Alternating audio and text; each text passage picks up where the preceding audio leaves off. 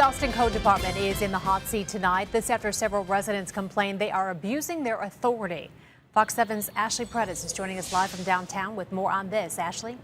Christine, at tonight's first Public Safety Committee meeting, a lot was on the agenda. One of the biggest items was regarding the policies, procedures, and a lot of concerns with code compliance. Now, you may remember Matthew Palmer, who was taken to court over an alleged code violation involving the fence surrounding his RV.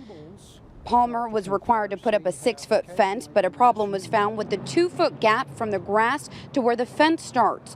In February of this year, a jury ended up finding him not guilty. Now, at today's meeting, Councilman Don Zimmerman told the Code Department that they would have to clarify the language used in that fence code. It currently does not state that the gap is prohibited. Another case brought up today was regarding a homeowner who was facing several violations, but were all but one found invalid. We take a listen from him right now. It's an abuse of authority, and it's hard to say. They're not really breaking policy because they don't have policy. So they honestly don't know what to do, so they just try and do the most they can, and they do it, they exceed kind of the intent quite often, yes. Now, the committee told the Code Department that they would have to properly prioritize their 17,000 cases that they handle a year.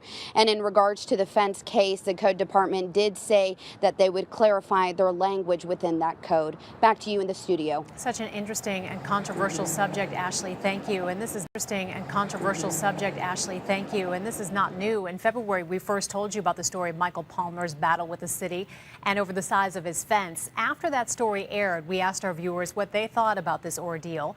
97% of you said you thought the city wasted tax money in the legal battle. 3% thought it was justified. Joining us now for some insight is Councilmember Don Zimmerman. Don is the Austin City Council member representing District 6. Thank you for being here tonight. Thank you for having me on. Clearly, a lot of Austin residents think the Code Department is going after the little guy here, so to speak. What do you think of this? Well, it's interesting. Some of the testimony came out on both sides. We actually had a few people say that they had been phoning code compliance for months or even longer and hadn't got the proper attention. Meanwhile, there were other people that had really, really minor issues, and they were getting all kinds of unnecessary attention from code compliance. So we clearly have a problem with priorities here. Well, and you know, the city of Austin, the police department will tell you that there's a lot of crime going on. They can't get enough officers out on the streets, and then we see this being a big issue. Do you think there's a disconnect between priorities overall, and how can you fix it?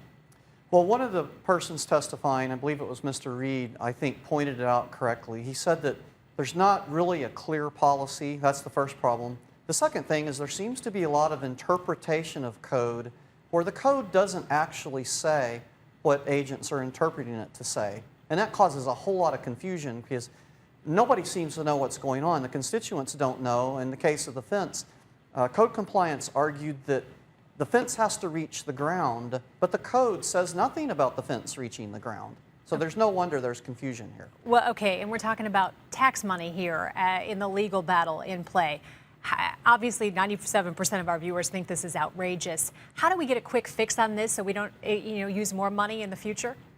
Well, we're not sure that the fix is going to be quick, but I just want to assure our viewers this. What's really nice about these new committees that council has come up with is we now finally have the time to dedicate to issues like this, and I think a solution will come out. I'm hopeful that within the next few months we should have some guidelines that we can bring to the rest of City Council and hopefully get some meaningful reforms done. So we're optimistic. All right, Don Zimmerman, Councilmember for us in District 6, thank you for your time. Thanks for having me on.